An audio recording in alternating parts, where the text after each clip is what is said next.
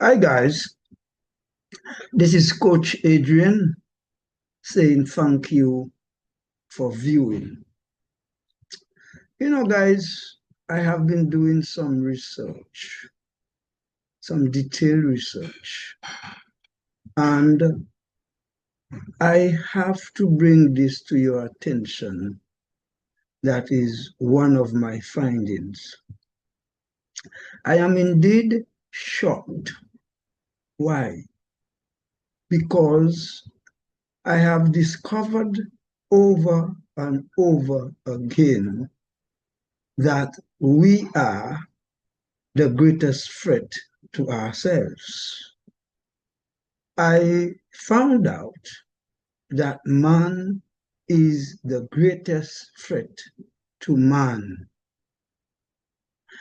Did you know that the data regarding homicide rates, environmental impact, and premeditated cruelty make us, mankind, the most dangerous and most brutal species on the face of the earth? Did you know that? Or have you taken time to think of it? That animals generally kill for survival. That is to protect their food, to protect their territory, and to protect their young. But we, man, have the unique capacity for violence, driven by rage, driven by intellect, driven by greed, and driven by power. In fact, the 1960s and 70s popular Caribbean singing group called the Trade Winds is indeed correct. They argue that the animal domain has no police, no soldier, no border patrol, no prisons.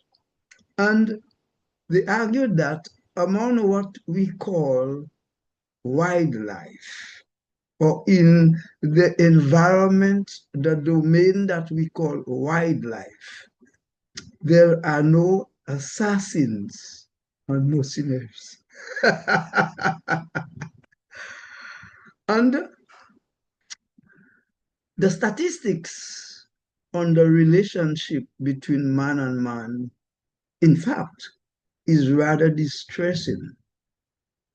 It is rather depressing, it's heartbreaking, and it is too uncomfortable to the old generation and too graphic for our innocent children. And of course, it elicits a feeling of fear among millions. We spend more money on killing people than we spend on feeding people and caring for people. Did you hear that? We spend more money on killing people than we spend on feeding people and caring for people. Global military expenditure reached a record high of 2.7 trillion US dollars in 2024. And the top five spenders, you know who they were? The US, China, Russia, India, and Saudi Arabia.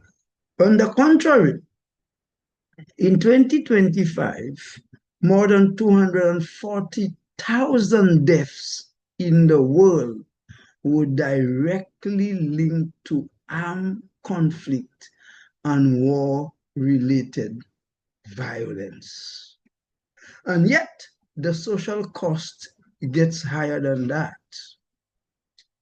United Nations estimates that about 150 million street children in the world.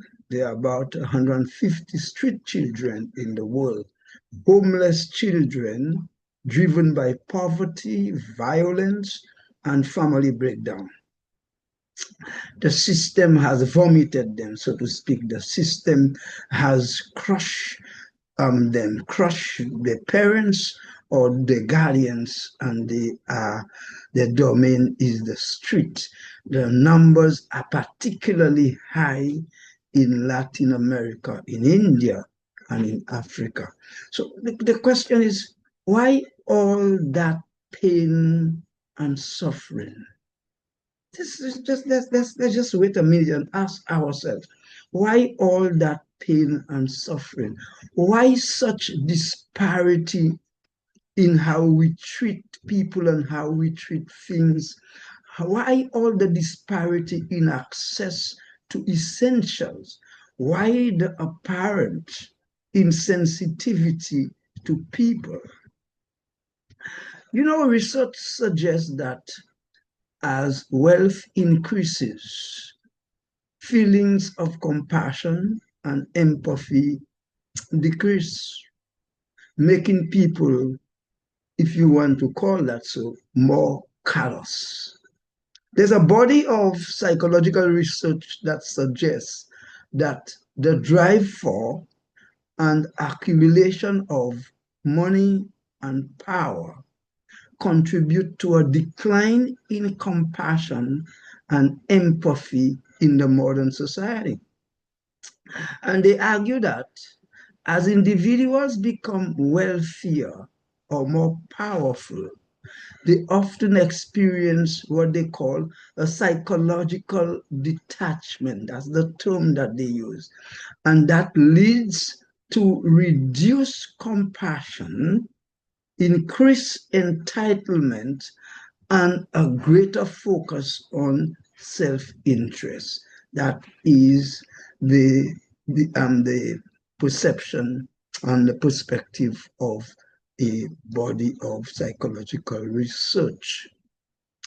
What does the Christian literature say? You know, the Bible teaches that a man's responsibility, apart to himself, he has a responsibility to his fellow man. And that responsibility is rooted in integrity, in love and service. That is love to himself, to his family, to his community, and service to his family and his wider community. The Christian man is supposed to provide for himself, for his family, and for his parents, if they are still alive. He's supposed to work diligently. He has to be a diligent and a disciplined worker. He has to look for work and get himself engaged or create work for himself. He is to protect the vulnerable. Now you say, what is that all about? His responsibility is not simply to himself, but to those who are less endowed in the society, those who are vulnerable, the weak, the poor, the powerless. He's supposed to treat others with respect. And that is the golden rule that Jesus Christ emphasized. Treating others as you would like them to treat you. Treating others as you would like them to treat you. Now, if this plays out in our lifestyle, in the society, in countries, you can bet that there will be no war, violence, and you can bet this large disparity between people and people will disappear.